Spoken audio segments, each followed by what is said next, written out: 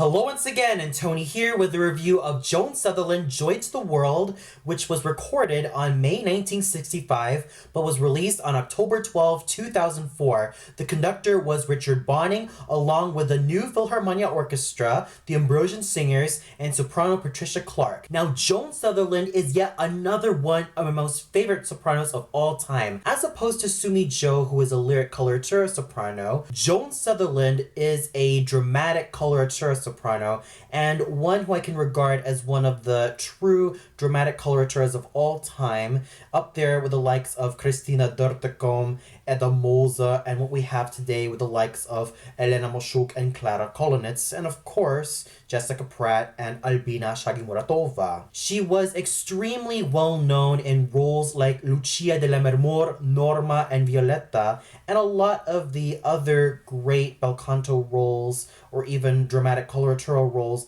not only from Donizetti, Bellini, but also from Rossini, Verdi, and a lot of French composers, most notably Giacomo Meyerbeer in her interpretation of Marguerite de Valois from Les Huguenots, and of course the other Marguerite from Charles Gounod's Faust.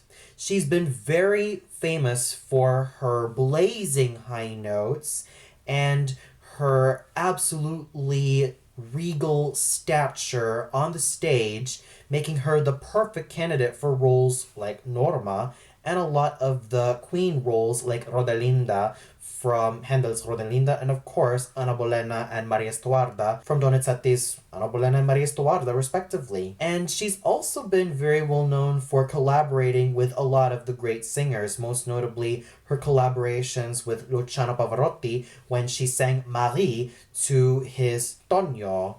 And she's also a soprano that I first heard at the age of 9 and 10, and I automatically fell in love with her voice when I first heard her sing Chacun le sait from Donizetti's La Fille de Régiment, the Jewel Song from Gounod's Faust, and of course her ensemble singing with Luciano Pavarotti's Arturo when he sang A Teo Cara from Bellini's I Puritani. And I also have her on CD when she sang the role of Lucia de Lammermoor alongside Renato Ceonni as the Edgardo, and I hope to review that someday. But for now, this particular holiday album, and let me just tell you that I had such a blast. My first encounter with this particular album was completely by chance when I first heard Sutherland's rendition of O Holy Night on YouTube, and I was completely blown away. And here she presented a fine cascade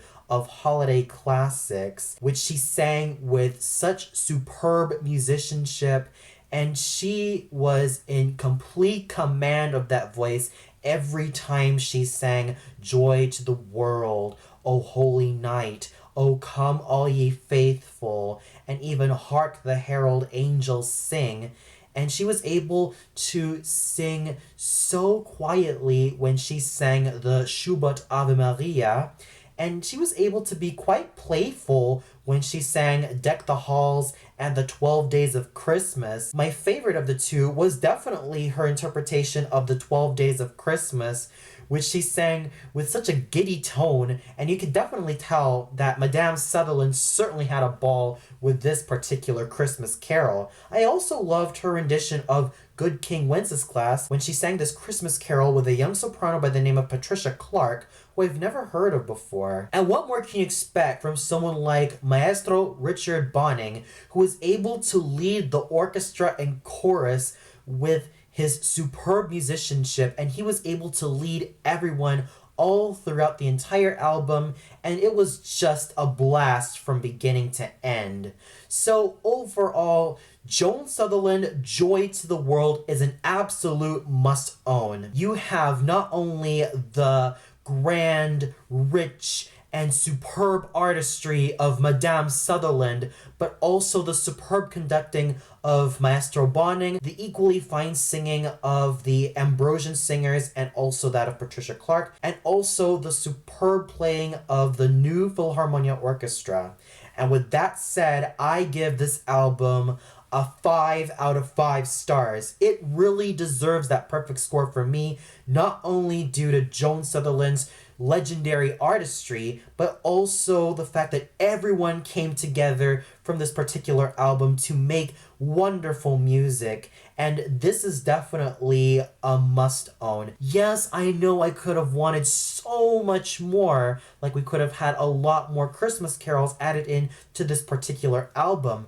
But when you have someone who was superb as the late Joan Sutherland, then you know that this album is a definite must own for the holiday season. Well, that's it for this review, and tune in later for my review of yet another Christmas album starring Kiri Te Kanawa. So until then, have a great Christmas, everybody.